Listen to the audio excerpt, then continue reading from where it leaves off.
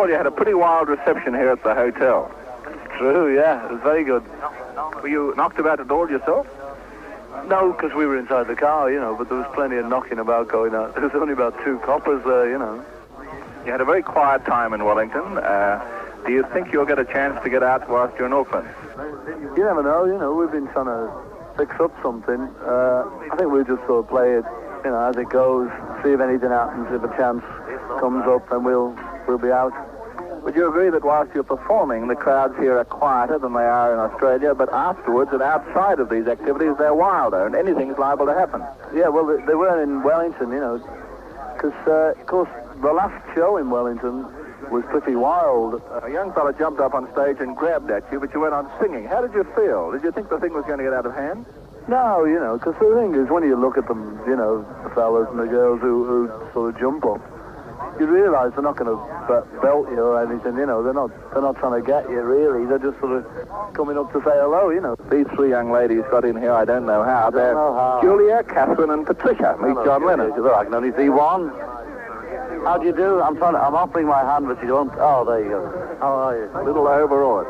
A little overawed. She looks quite confident to me. John, you seem to have spent most of your extracurricular activities here, and how's that for a word in Wellington? I like it. Meeting relatives. We're not in Wellington now, Bob, but I did when I was in Wellington. Yes, I met quite a batch. Ringo had quite a batch, but he didn't even know, but I knew mine. Has this become a competitive thing? No, it could develop into one of those things, doesn't it? John, there was a story told about a fellow who knocked on your window on the 8th floor outside. Would you like to tell us that story at the Sheraton Hotel in Sydney the night you were packing to come here? Yeah, well, we were just sort of each shoving our rags into a case, dirty rags, and I heard a knock on the window, and I thought, it must be one of the others messing around or something. I didn't take any notice of it. He kept on knocking. So I went out there, and there was this lad who looked just like a Liverpool lad, and I knew before he opened his mouth where he was from, because I thought nobody else would be climbing up 8 floors, And I opened the window, and this lad just walks in, Peter, I've forgotten his other name, and he says, hello, dear. And I said, hello, dear, and he told us how he climbed up, and he'd emigrated 6 months ago. Gave him a drink, because he deserved one after that climb, He climbed up outside the hotel? Outside. He came up on the different balconies and the drain pipe, I think. I took him round to see the others, because he climbed into my room, or the sitting room we had, but the others were still packing. And they were quite amazed. They thought I was joking when I told them. Now, here's Ringo, who seems to have started in competition with John in the relative race. Relative race. I've met 3 girls and a man, and they're really about second cousins when we get down to it. He's not my brother at all. Ringo, have you heard this record that the Howard Morrison group here in New Zealand have got a big hit with called I Want to Cut Your Hair? No, not yet. I've heard all about it, though. Is it good? Have you heard it? I haven't, but everybody's talking. Everybody's talking, but nobody seems to have heard it. Anyway, tell them they're allowed 4 bars, and after that, they're sued. Have you heard about the furor that's been created in Auckland about the civic reception, which is costing £60 of the ratepayers' money? No, my God, they should be broke after that. I've read about it, but it doesn't bother me one way or the other. We either go or we don't, we never ask for civic receptions. We don't expect them. People do it, we're flattered, but if they don't, that's that. After what happened in Melbourne, you're probably not really looking forward to another city civic reception. I enjoyed the one in Melbourne. The one in Melbourne was quite a good one. The Lord there was a great fella, and his wife and his daughters. And then all of a sudden, the press keeps saying we didn't enjoy it. We walked out. I walked down that floor shaking hands with everybody. The Lord Mayor's reception. Yes. Asking me, right. It was one of the quickest, most pleasant we've ever been to. We went onto a balcony, and we waved to the crowd, and some Maoris danced for us, and away we went. The Lord Mayor was very nice. He said, I wouldn't have blamed you if you hadn't come. Well, all the fuss we've been making around here about how much it's costing. He was very good. Paul made the speech. What did you say, Paul? I can't remember. It wasn't very good, I'm afraid. It was. It was an outstanding speech. But thank you very much. I think that was the rough idea of it. And then we just sort of danced around a bit. The Maoris danced, we didn't. Sort of played with those played with those little things. What are the little things on the string? I don't know, just plastic bags full of paper on a string. But they're good. They're poise, aren't they? They're called poise? That's what Ringo sings. Go on, say that. Poise? Yeah. Well, it could well be. I had called them something else, but that was just a personal matter between me and my... What have you been doing all this tour, George? I've been touring, Bob. I've been to Sydney and Melbourne and Adelaide and everywhere, Wellington. Yeah, it's great. Having a good time. What are your reactions to these Maoris, the natives of New Zealand? Do you have anything to say about I think them? they're very nice, warm, friendly people. Just a minute, Mumble. Wait till we get to Mumble's Ringo. Now, what are you talking about, Mumble? You were mumbling over there. What do you think about that? Said, what do you think? And then two of us happened to talk together. And you missed me completely and give the mic to Paul. I don't like it when you do that to me, Bob. Why'd you hurt me? I thought they were great because I liked them. That's maybe why I thought they were great. Singing, very good. Singing was marvellous and all that. Remember that bit? That was it. That was a haka. They did a war dance. No, that was Ringo. That was me, actually, Bob, doing that. Very loud. I know it's loud. Exceedingly loud. So what? If you'd gone to bed last night, you'd have been all right. Oh. Well, all I can say is thank you and good night, Ringo. So, Ringo, you've been talking about a new EP, and I have news that the extended play will include Matchbox on it. yes, I'm featured on it. Actually, it was written by Carl Perkins about 6 years ago. He was at the session. Yeah, Carl came to the session, actually. I felt very embarrassed. I did it just 2 days before I went to hospital, so Very good. please forgive my throat.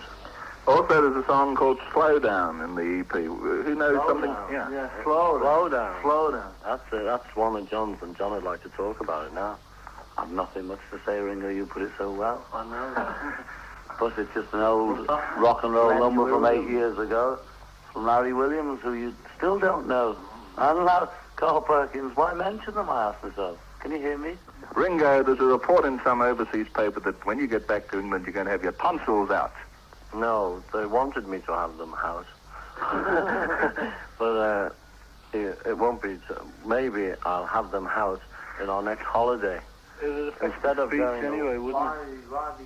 Because they're no good to me. George said, why have I got to have them out?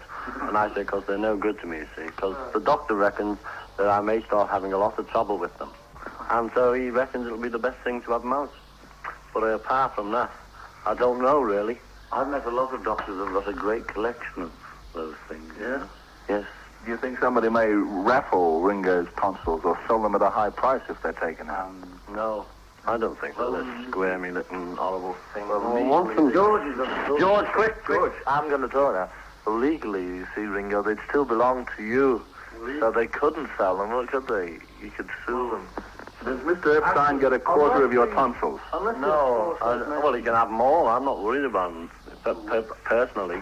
I'd worry about them if I were you. Why would you worry? Dreadful operation. Have you had it? Dreadful. I knew a man what? What did die Never from saw it? him again. 1 week. Ooh, Lexi. House. I know. Dead. See? I don't know. Never to think boys again. Never to think. Well, Excuse us, we could have them out, though. Oh, George. Because you've had everything else. Sad, he's had a lot out. There's not much left of Ringo, actually, but makes a lot of noise, doesn't he? Topless frocks are the big news. A topless swimsuit. dirty thing! Well, George is going to talk again. Will he please? Again. I'll have you know, I've been wearing one for years. It sounds a vaguely good idea, but I wouldn't have my wife or any of my friends wearing them. Well, you've had us wearing them. I know, Paul. You're so well built. No, I don't like them, really. We're talking to the Beatles. Are we? He knows, doesn't he? After 3 weeks, he's called on. He spotted us straight away. As soon as he walked in the room, he said, we're talking to the Beatles, you know, like that. Nobody told him. I'm just using my imagination. Your imagination of it. You know, elucidating on the problem. Oh. Do you mind? I don't really mind, John. Well, as long as you don't mind, we'll carry on, will we? Can we elucidate on your film and the songs therein? And do you have a favourite song in the film called A Hard Day's Night? And I loved it. And I love her. Yeah, I love that. do you like that? I love thanks, Ringo. And the way you sing it knocks me out. And the way that camera goes over your head. Oh, you should see I that thought- shot of I Wilfred thought, hello. Campbell. I like If I Fell. If I Fell. That's an, I like that one as well. All about that one. It's nice. But they're all nice. They're all Really quite. are. I like They're them very all. big-headed about their tunes. You know, it's amazing. It's not big-headed, isn't it? The man after the simple. He asked us if we liked them. Why is Ringo picking on me? Listen. I'm not picking on you, John. You are, I'm Ringo. not. No, I'm just sitting believe here trying to me, do an I'm interview your with friend. Rob Bodgers. I'm your friend. And here you go, picking on me in public. I'm not picking on you. Believe me, John. Well, I hope we can call a truce, Ringo. Well, because John, it can't go on I like didn't- this. One of us will have to go. You come in. Is there any chance that either Ringo or George is going to start writing some songs? I mean, Well, are they... actually, George has written a few songs, and he'll tell you all about them now. I'll tell him. Yeah, actually, I wrote one that was recorded. But I don't think... sensational songs. Tried writing a few more, but they were laughed off. No, They weren't, no, George.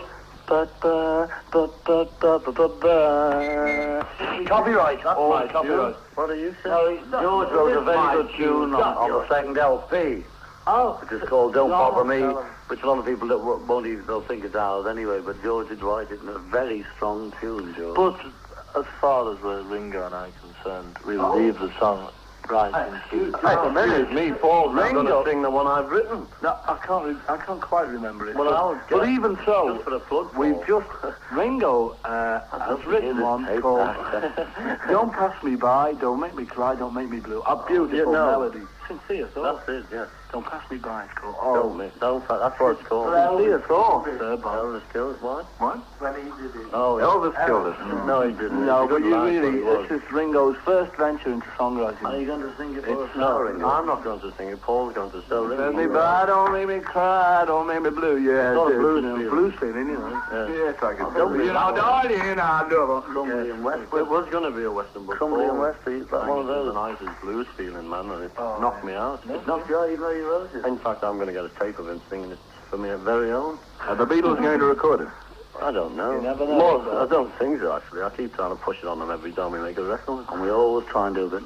Unluckily, listeners, there's never quite enough time to fit Ringo's songs on because he never finishes it. Isn't finished? It's finished.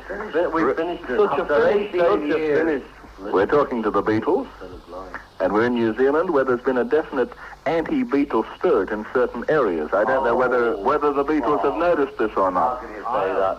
We've had a few complaints about, in Auckland because the mayor wanted to give us a civic reception, and as usual, a few fuddy-duddies thought, well, they're not royalty, don't give them one. But the mayor was very good, and he said, you know, those people should go to pot. Anywhere you go, you know, but it's not serious. It's just one or two nuts in the crowd with little banners shouting, you know. And then there was the police superintendent who didn't want to give you an escort. Did you hear about that? Yes, we heard about that. They don't He seem just to didn't want to help us realise at all. that they're not giving us an escort, really. They're giving the crowd protection against themselves. Another thing, of course, you get the silly little fellas in the crowd shouting, "We want Arthur," which is a very original thought, seeing as it was done weeks ago in Sydney. Mind you, for all I care, they can definitely have Arthur. Arthur's a wonderful chap, but they can have him. Have you got any plans for when you're back, when you leave Australia? What happened? Ringo. Well, I'm going straight to England, I don't know. But I'm just going to We'll go out come my with you. mind, We'll actually. We go back to England and we do we go to the film premiere. You know, one in London, then one in Ringo saying TV. one in Liverpool. Remember? What's I know? We do a Lucky Stars, don't we? Do we? As well, Yeah. before we do the premiere, I just thought I'd clear that matter up. Oh, we do photographs the day after we get home, which we started to do, and I took bad, so we're going to do them. I took bad. Well, it's sort of the northern slang, John. Then we go to America, and we go a tour of Britain, and then a Christmas show at the Hammersmith Odeon. Paul always rescues it on the serious side. You notice how conscientious he always What do is. you think? Very conscious. I've got to try and answer your question seriously. If you don't want me to, Bob, I'm very happy not to. Just observing. Just observing, Paul. Robert. I asked for salad. I got this peculiar thing in the middle of a big mouthful. I take big mouthfuls because I don't eat often. And I can't get rid of it. What was it, John? I don't know. A gherkin? It could well have been something I've never eaten before. I can't eat it again. What do you think of New Zealand food? Well, it's Scotch is all right. No, It's all right, I suppose. It's edible.